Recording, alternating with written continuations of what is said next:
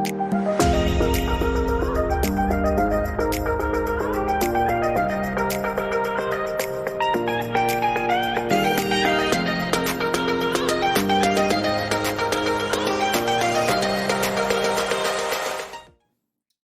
welcome back to my channel. I am Zindi, your pharmacist, and this is Health Talk TT. This evening I'm here with Mr. Kyle Hodge, Senior Pharmacist at Oncology Pharmacy, San Fernando General. And today we are going to have a discussion that I feel we need to have as pharmacists as we celebrate Pharmacy Week, pharmacy staff, and breast cancer awareness. So we're going to talk about our role as pharmacists in the treatment of cancer and in treating with patients that we would interact with who have recent diagnosis with cancer or who will be living with cancer long term. And sometimes the general public may not know that we have a part to play. So this interview is to just kind of just share some light at the role that we would play in taking care of these patients. So Kyle, tell us a little bit about yourself. Kyle the pharmacist, Kyle the man. So I've been a pharmacist for just over 8 years at Southwest Regional Health Authority and in oncology pharmacy for just over 4 years. I got into it it actually started as a student when we were doing our clinic rounds, and I experienced when a doctor had to give a patient the diagnosis of cancer. And I remember how helpless it made me feel that I couldn't do anything more. So that piqued the interest, and the interest was further piqued when some relatives had the diagnosis of cancer. So it made it more personal to me. And when the opportunity came to go into oncology, I took the opportunity to. So you see your position as a pharmacist in oncology as doing your part? Exactly. It's doing my part to fight cancer. Which we need. And we need more pharmacists willing to do their part to fight against cancer. Yes. So, alright, so a prescription comes to you. Walk me through that process from paper in hand to chemo to patient. Okay, so the doctor does the chemotherapy order with a set protocol, the treatment protocol. So as the pharmacist, we will check over the doses, make sure that the diluents, etc., are compatible with the chemotherapy drug. And after that, we'll actually give it to the pharmacist who will be compounding the chemotherapy. So the pharmacist compounds the actual chemo? Yes. Yeah. But before they compound it, they check the dose again. Double check it. Okay. Yeah. Because, I mean, what could happen, say for instance, there was not that line of defense and you were the only person to check and there was not a second check. What are some of the risks involved in that? So there could be a wrong dosage or improper diluent, and in turn that could cause harm to the patient. Because these medications have a small window of therapeutic action. So it's important that everything goes right, especially because most chemo is administered intravenously. That means through the veins. After that second check, the chemotherapy request is compounded, and when it's finished compounded, it is checked again by a third check by another pharmacist, and then we dispense it to the nurses for administration. However, before it is actually administered to the patient, it's checked again by the nurse. Perfect. So safety is key and no room for error. No room for error. We'll minimize errors as much as possible. Okay, so I'm hearing of the safety aspect to the patient, and I know that there's risk as well involved to the patient. Is there a risk that you could be exposed to as a pharmacist mixing chemo? Are you exposed to risk? Oh, definitely. These medications, chemotherapy medications, some of them are classified as hazardous drugs. Therefore, they must be handled a particular way to minimize to minimize risk to the individual handling the medication, namely in this case the pharmacist. Okay. So we have to store them a particular way, so they cannot be at the edge of counters where they can fall. Possibly fall. And when we are compounding the medication, we have to do it in a biological safety cabinet. So this is not mixed on a counter? Oh no.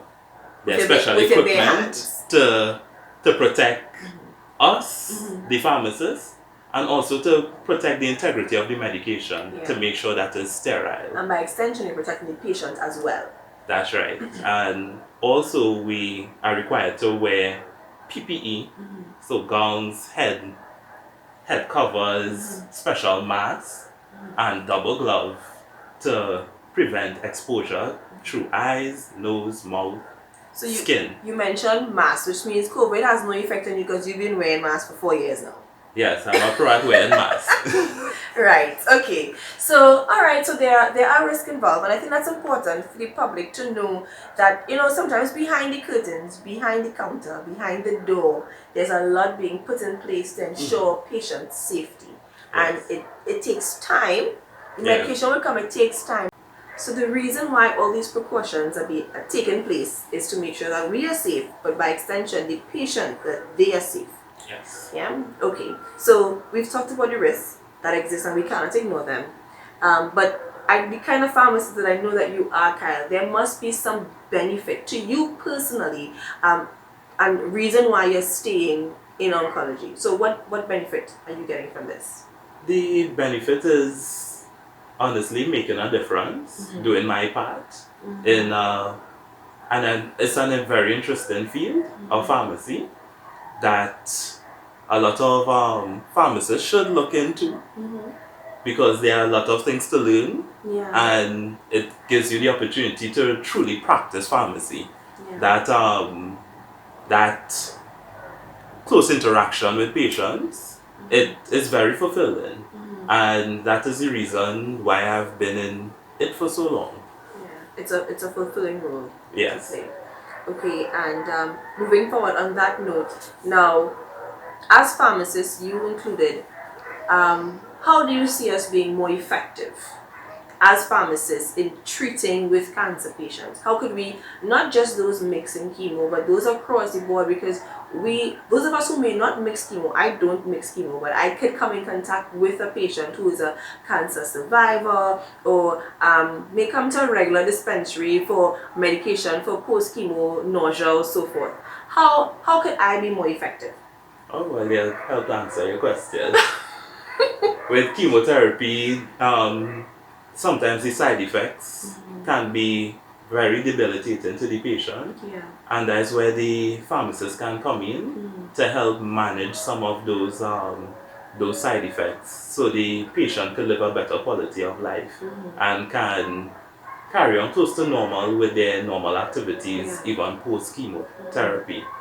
Also, a lot of time cancer is not in a vacuum. Oh, I was now thinking that. The patient might have hypertension or diabetes. So the pharmacist's role is important to help the patient manage all those varying medications, to look for possible areas of interaction, adverse reactions, and communicate with the doctor. So again, the patient will benefit from a better quality of life, and the medications will be as effective as they could be. Okay, Kyle, so as we close off this evening's interview, one last question. We must speak about COVID-19. So do you think that COVID-19 has affected the quality of care that you have been able to give to your patients? And if yes, how? Well, COVID has undoubtedly affected how we offer care. However, it did not affect the quality of care that we offer to the patients, because quality is very important. We have to limit access to the building, of course, with social distancing, and because, as you know, cancer patients are one of the high-risk Yes, groups. they are. Yeah, so we have to ensure their safety by instituting new regulations to protect them. So that's how it has been. It has been a challenge. However, we are But the pulling quality through. stands. Yes. Yeah.